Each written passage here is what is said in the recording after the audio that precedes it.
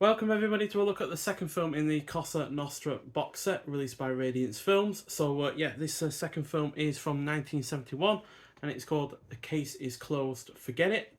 So this is a crime drama clocking in at 106 minutes long. No alternative English export cut for this version, for this film in the release. So it stars Georges Wilson, who is also in the likes of Don't Torture a Duckling, The Three Musketeers from 1973, and Mesrine, Public Enemy Number 1, which is a far more modern film than either of those. And it also stars John Steiner, who was in Tenebrae, as well as 1977's Shock. And finally, Riccardo Cucciolina, who was in Un Flick, also known as The Cop, or A Cop, and also No, the Case is Happily Resolved. Both again more 70s films. So yeah, most of the cast have been well known for being in 70s films, and this is about a guy who was arrested on suspicion of a hit and run. A successful architect is put in prison awaiting trial and release.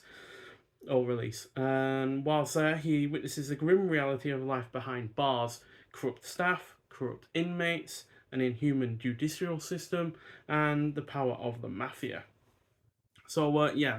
Inevitably, this is based on that premise. This is a rather grim film that uses its singular prison location extremely well. The cast is also great, especially Franco Nero, whose characterization is handled effectively, which is really rather capped off nicely in the end. It is well shot, especially when you consider the close confines of its location. The pacing is on point, it is engrossing throughout, has some solid tension, and the score is good. Sure, it isn't all that fun or entertaining, given its dark tone, but it is overall an extremely good effort. One that should be applauded for convincingly portraying life in prison back in the 70s in Italy, as it definitely comes across as authentic. Whether or not that's the actual case, I'm not sure, but still, regardless, massively impressive film.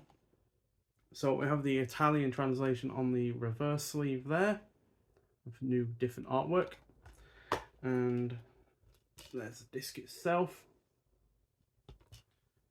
and the other artwork that you get with it as well. So yeah, 3 choices of artwork there to choose from, and it's got a whole host of extras on it as well. So again, like the previous film, it's a 2K restoration. It's got a new interview with star Franco Nero from 2022, clocking in at 14 minutes long. Then you got an archival documentary on the making of the film featuring actor Corrado Solari, assistant director Enrique Bergia, and editor Antonio Ciolio from 2015, clocking in at 28 minutes long. Not quite sure why it released in 2015, given it wasn't particularly an anniversary, but regardless, that is should be interesting. And you've also got Italy's cinematic civil conscience, an examination of the life and works of Damiano Damiani, a visual essay on the filmmaker by critic Rachel Nisbet from 2023, clocking in at 35 minutes long. Then you got a trailer, and then you got new and improved English subtitles, and for the deaf and hard of hearing, and for the Italian audio. So again, like the previous film, this had an art card released in the prior and first bundle of films that were released in the half-year bundle, which, yeah, again, really rather nice artwork there. Really rather enjoy that. And 4-star out of 5 film as far as I'm concerned. I think I gave the previous one 4.5 out of 5. So a slight dip, but not in quality, just in general enjoyment as far as I'm concerned. But still, a really, really great effort. Easily one of my favourite kind of films to be set in a prison, especially from the likes of the 70s, which typically are a lot more exploitative. They usually have a lot more, nudity. There's sometimes ones that are set in women's prisons just because of the kind of nudity that is in that. And yeah, there's very minimal amount of nudity in this, very minimal amount of exploitation efforts into it. It's very grounded, a lot like the first film was quite grounded in its kind of portrayal of police procedural work. This is quite grounded in terms of showing off the grim reality of a prison in 1970s Italy. So really, really well worth watching if you've not seen it already. If you have seen it already, I'd like to hear your thoughts on it.